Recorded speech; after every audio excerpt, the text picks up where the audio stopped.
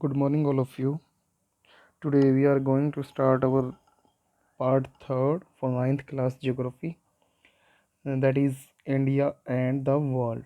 यानी कि भारत और विश्व, यानी कि भारत की जो क्या पोजीशन है विश्व के अंदर.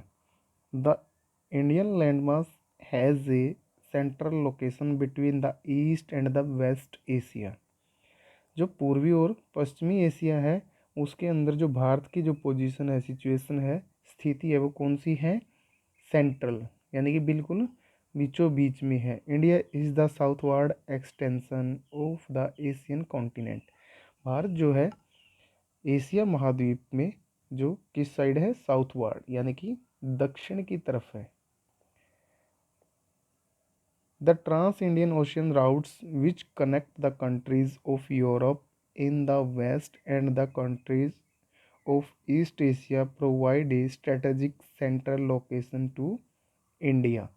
ट्रांस इंडियन ओशन यानी कि जो हिंद महासागर है वो क्या है? Route which connect the countries of Europe. उसके द्वारा हम क्या करते हैं? यूरोपियन कंट्रीज जो हैं, यूरोप के जो देश हैं, उनसे हम कनेक्टेड रहते हैं. वहाँ से हम क्या करते हैं? यातायात करते हैं. कहाँ पे? ट्रांस इंडियन ओशियन, यानी कि इंडियन ओशियन, हिंद महासागर के उस पार जो यूरोप है उससे. And the countries of east Asia provide a strategic centre location to India. और ईस्ट एशिया की जो भी कंट्रीज हैं वो क्या करती हैं? सेंट्रल पोजीशन या लोकेशन जो है इंडिया को वो एक प्रदान करती हैं, देती है. नोट दैट, ये देखने योग्य बात है, the Deccan peninsula protracts into the Indian ocean, thus helping India to establish close contact with West Asia. जो डेक्कन पेनिनसुला है यानी कि दक्षिणी जो हमारा पेनिनसुलर जो प्रायद्वीपीय पठारी भाग है, आपने देखा होगा दक्षिण में जो है नुकीला सा भारत जो श्रीलंका की तरफ जाता है, उसकी भी हम बात कर रहे हैं. वो क्या प्रोवाइड करता है? हिंद महासागर में जो वो निकला हुआ है वो क्या प्रोवाइड करता है? क्या हमें मदद करता है? वेस्ट एशिया के जो भी देश हैं उनसे वो क्लोज कांटेक्ट बनाने में हेल्प करता है. अफ्रीका एंड यूरोप, अफ्रीका और यूरोप से भी. फ्रॉम द वेस्टर्न कोस्ट, यानी कि पश्चिमी जो किनारा है उससे हम जो है इन वेस्ट एशिया से अफ्रीका, यूरोप, इनसे जो है अच्छी तरह से कनेक्ट कर सकते हैं, कनेक्ट हो सकते हैं, क्योंकि समुद्र के रास्ते से हम व्यापार भी करते हैं और आवागमन का भी साधन है. And with south east and east Asia from the eastern coast.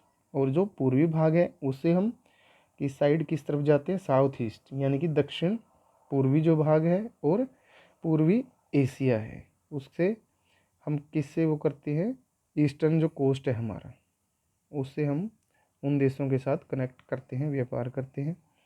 No other country has a long coast line on the Indian Ocean as India has and indeed.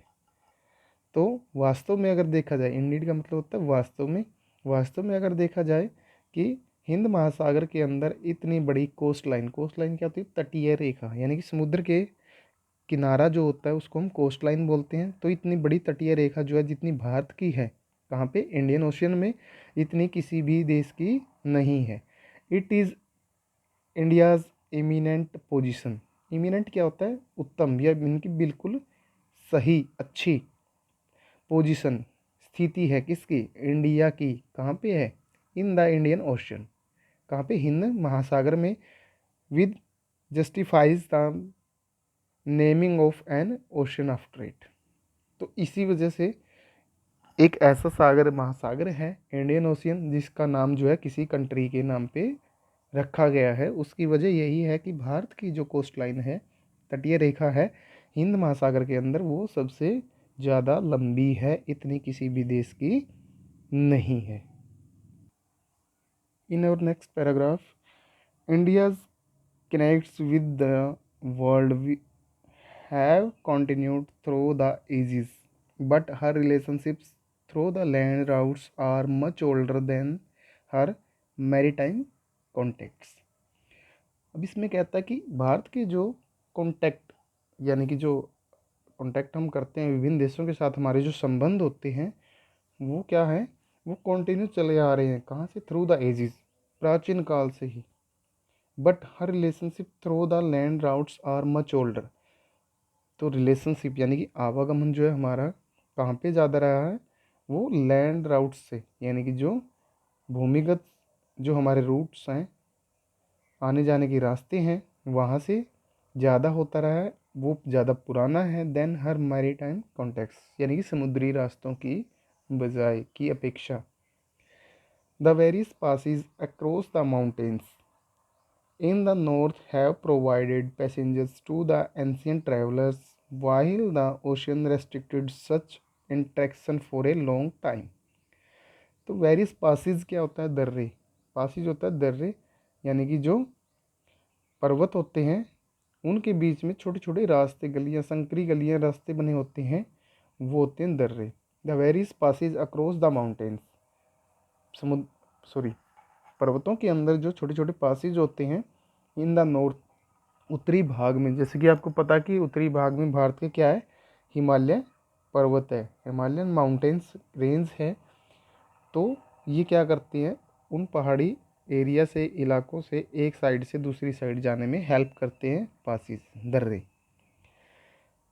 Have provided passengers to the ancient traveller, जो प्राचीन काल में जैसे कि चीन से यात्री आए, पाकिस्तान से, अफगानिस्तान से या दूसरे और देशों से, तो वो इन्हीं पासिस दर्रों से होते हुए ट्रैवल करते थे। While the ocean restricted such interaction for a long time. लेकिन समुद्री इलाकों में आपने देखा होगा, समुद्र के अंदर से आना जाना इतना आसान नहीं होता, क्योंकि पानी होता है तो हमें एक शिप की ज़रूरत पड़ती है या एक नाव की ज़रूरत पड़ती है, जो काफ़ी डेंजरस होते हैं, जानलेवा हो सकते हैं। तो वहाँ पे रिस्ट्रिक्टेड, यानी कि आने जाने की जो मनाही ज़्यादा होती है। These routes have contributed in the exchange of ideas and commodity since ancient time। तो ये जो राउट हैं, ये रास्ते जो हैं, वो इनका योगदान क्या रहा है कि विभिन्न तरह के आइडियाज़, यानी कि विचार जो हैं, उनका आदान प्रदान हुआ, कमोडिटीज़ और वस्तुओं का भी आदान प्रदान किया जाता था। कहाँ से, सिंस एंशियंट टाइम, प्राचीन काल से ही। The ideas of Upanishad and the Ramayana, यानी कि उपनिषद जो हमारे उपनिषद लिखे गए हैं, और क्या लिखे गए, रामायण, ठीक है। ये जो धार्मिक हमारी पुस्तकें लिखी गई हैं, the stories of Panchatantra, Panchatantra की कहानियाँ हैं। The Indian numerals and the decimal system, यानी कि भारतीय जो गणना पद्धति है, अंकीय पद्धति है, और डेसिमल सिस्टम, दशमलव जो प्रणाली है, thus could reach many parts of the world, विभिन्न जगहों पर पहुंची विश्व के इन्हीं दर्रों से, इन्हीं पासिस से होकर लोग जो है आते जाते रहे और फैलती गई। द स्पाइसेस, मसाले, द मसलिन, ये क्या होता है, कपड़ा होता है बारीक मलमल का। And other merchandise were taken from India to different countries, ठीक है। तो विभिन्न तरह के जो मसाले थे, स्पाइसेस थे, या कपड़े थे, और भी जो भी वस्तुएं थी, वो विभिन्न देशों तक फैल गई, पहुंच गई इंडिया से।